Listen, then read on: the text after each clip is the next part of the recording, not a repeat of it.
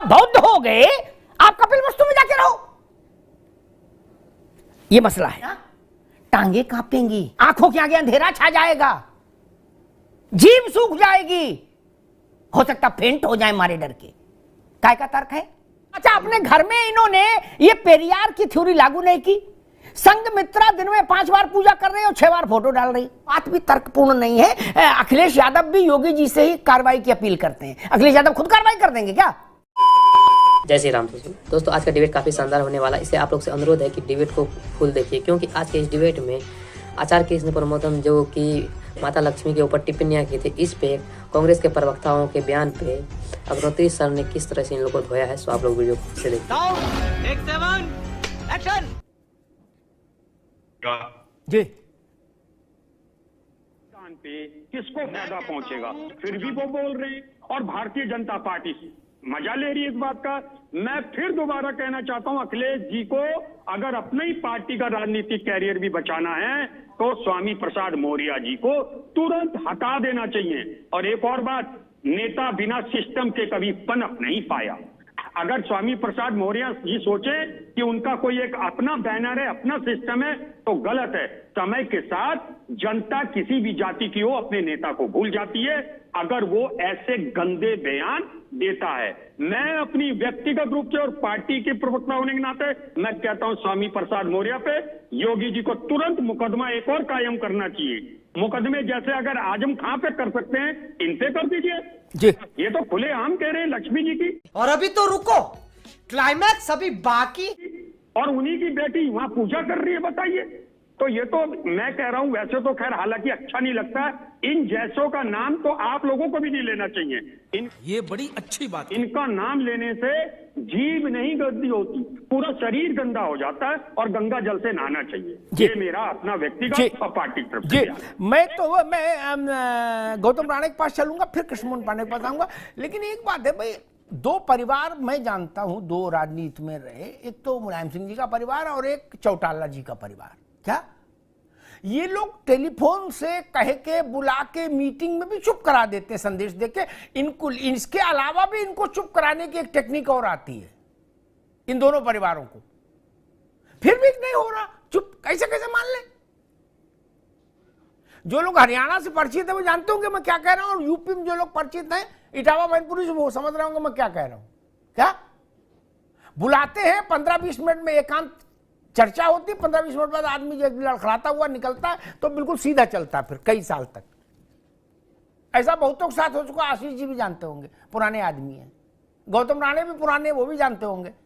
ऐसे भी हो जाता है चुप्पीकरण का एक कार्यक्रम ऐसा भी है। 2 परिवार मैंने देखे। गौतम राणे, ये क्या बवाल है भाई, बार बार स्वामी मौर्य न धर्म के ज्ञाता है न समाज के, ये तो तय है। ये वही मौर्य हैं जो मायावती मंच पर चढ़ती थी, लेट जाते थे उनके चरणों में और नारा लगता था मायावती की मौजूदगी में, हाथी नहीं गणेश है, ब्रह्मा विष्णु महेश है, ये ताली बजाते थे। नारा लगता था ब्राह्मण शंख बजाएगा, हाथी बढ़ता जाएगा, मौर्य ताली बजाते थे। भाजपा में थे तो जय श्री राम बोलते थे। क्या आज ये मार ज्ञानी हुए जा रहे हैं, मतलब ये पेरियार के अवतार हुए जा रहे हैं।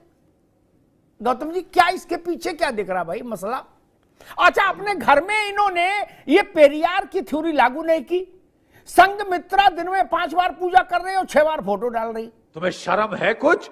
इंडिया का गठबंधन चल रहा है, जिसको आप इंडिया नहीं कह पा रहे, INDA कह रहे हैं। होगी अपनी कोई वो, चूंकि आपका चैनल है तो आपके तरीके हैं बोलने के। जी बिल्कुल। उसी गठबंधन के बारे में प्रमोद कृष्णन ये कहते फिरते हैं कि अगर राहुल गांधी को प्रधानमंत्री का कैंडिडेट बनाया जाएगा तो विपक्ष का कोई भी व्यक्ति उनका समर्थन नहीं करेगा, लेकिन अगर प्रियंका जी को प्रधानमंत्री का नेतृत्व कर दिया जाए या कांग्रेस का नेतृत्व दे दिया जाए तो पूरा का पूरा जो विपक्ष है वो कांग्रेस के साथ आ जाएगा। इस तरह का आदमी जो कांग्रेस में ही इतनी बड़ी टूट कर रहा है, इतनी बड़ी फूट डालने की कोशिश कर रहा है, और आज भी आपने परिचय में बताया, अपने उद्बोधन प्रबोधन में ये बताया कि प्रियंका जी के वो सलाहकार हैं। जी हाँ। बावजूद इस पे उस पर लगाम न लगाया जाए तो ऐसे आदमी को कितनी गंभीरता से लिया जाना चाहिए। कांग्रेस को डेंट करने में स्वामी प्रसाद मौर्य की हैसियत नहीं है कि कांग्रेस को डेंट कर पाएंगे, लेकिन प्रमोद कृष्णन जैसा आदमी अगर कांग्रेस में बना रहेगा तो कांग्रेस का सत्यानाश तो जरूर कर देगा और सबके मन में ये जहर जरूर भर देगा कि कांग्रेस के अंदर खाने में कुछ न कुछ गलत तो हो रहा है। और यही वजह है कि कांग्रेस जब मजबूत दिखती रहती है तो प्रमोद कृष्णन का एक बयान किस तरह से चौपट करता है। ठीक है गौतम, रही बात इसकी कि सामाजिक ज्ञान है उनको या धार्मिक ज्ञान है नहीं है, प्रमोद कृष्णन का यह कहना कि मैं योगी जी से कहूंगा कि उन पे लगाम लगाएं, तो इसका मतलब आप ये समझिए कि प्रमोद कृष्णन और योगी जी की कितनी गलबहियां चल रही है। अब जब इतनी गलबहियां चलती है तो किसका सत्यानाश करेंगे। हाँ ये ठीक है गौतम, ठीक है, अभी रुकना होगा। अब ठीक है, आगे अभी गौतम राणे भटक गए। मसला प्रमोद कृष्णन और कांग्रेस का नहीं, मेरी बहस का।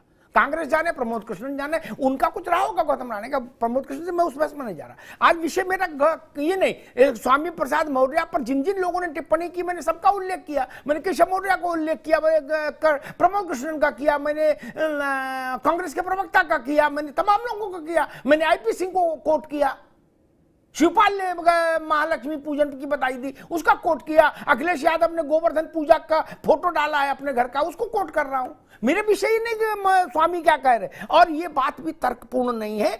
अखिलेश यादव भी योगी जी से ही कार्रवाई की अपील करते हैं। अखिलेश यादव खुद कार्रवाई कर देंगे क्या? तो क्या अखिलेश यादव और योगी जी की गलवैयां मान लेंगे? नहीं भाई। अरे सोनिया गांधी को भी अपील करनी होगी तो योगी जी से करेंगे, मायावती को भी करनी होगी तो योगी जी से करेंगे कि मायावती खुद ही कार्रवाई कर देंगी यूपी में। ये तो सोचो, टिप्पणी करने से पहले सब सोचो। ऐसी टिप्पणियां दूसरी दृष्टि से पर ली जाती हैं। भारत में कोई कदम उठाने की मांग कोई करेगा तो मोदी की सरकार से ही करेगा ना, कि आप मन करेगा बोले नहीं हम अम्बेडकरवादी इसलिए हम खुद ही कर देंगे, ऐसा तो संभव नहीं ना। जांच पड़ताल की कोई भी अपील करेगा तो उसी से करेगा ना जो सरकार में है। तो इसमें क्या गलत कह दिया मान लो कृष्णन ने? अब आखिर राहुल गांधी प्रियंका गांधी जाने, उसमें हम लोगों को क्या पढ़ना भाई?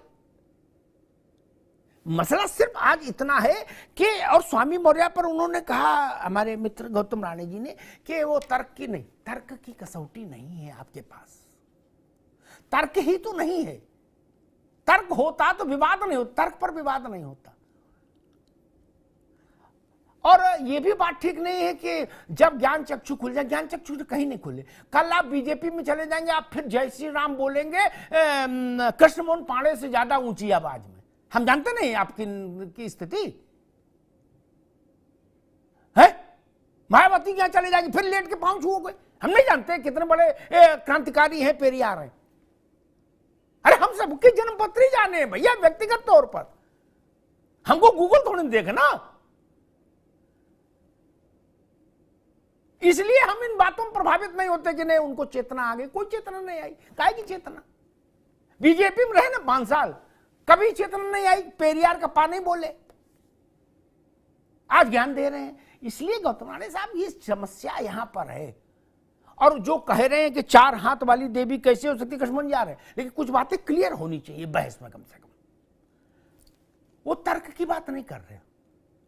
दुनिया के 2 बड़े धर्मों की किताबें हैं, उनमें 85 कहानियां हैं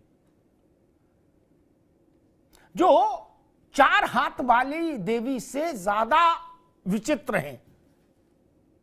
उन पर बोलने की हिम्मत है नहीं ना? टांगे कांपेंगी, आंखों के आगे अंधेरा छा जाएगा, जीभ सूख जाएगी, हो सकता फेंट हो जाए मारे डर के। काय का तर्क है? 2 बड़े धर्म, उन दोनों की किताबें जिन्होंने पढ़ी मेरी बात से सहमत होंगे। वहां तर्क की टार्च जलाओ जरा। कोई जलाएगा? पूछो तो एक बार एएनआई को बुला के कि ऐसा कैसे हो गया, पता लग जाएगा अभी। और जब आप कहते हो हम बौद्ध हो गए तो दादा रे दादा फिर अपना काम करो यार। आपको डॉक्टर ने बताया आप इधर बहस में उतरो? आप बौद्ध हो गए, आप कपिल वस्तु में जाके रहो। ये मसला है। खैर, कृष्णमोहन पांडे जी, बार बार सब लोग ये कह रहे हैं, कांग्रेस वाले भी और सपा वाले भी, कि मौर्य भाजपा का एजेंट है, भाजपा के स्लीपर सेल है। क्या अभी तक तो दोस्तों ये लोग अपना ही मुंह से अपना खुद का ही जहर निकालते हैं और सारी जनता को बताते हैं। आई होप कि आज का डिबेट आप लोग को पसंद आएगा। पसंद आए तो एक लाइक एंड चैनल को सब्सक्राइब कर लीजिए, ताकि मैं हमेशा इसी टाइप का हमेशा वीडियो लाता रहता हूँ। चलिए मिलते हैं कोई नेक्स्ट डिबेट में, तब तक के लिए जय हिंद, जय भारत, वंदे मातरम।